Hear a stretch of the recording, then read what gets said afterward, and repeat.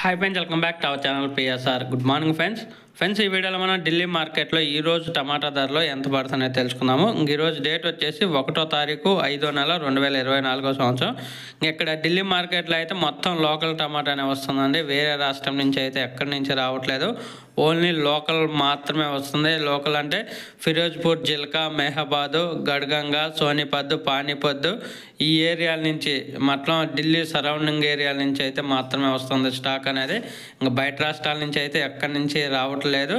ఇక్కడ ఈరోజు Iran quality వచ్చేసి హైబ్రిడ్లో 500 రూపాయల నుంచి 600 రూపాయల దాకా పడుతుంది. 25 కేజీల బాక్సు 500 రూపీస్ టు 600 రూపీస్ దాకా పడుతుంది ఇరాన్ క్వాలిటీ.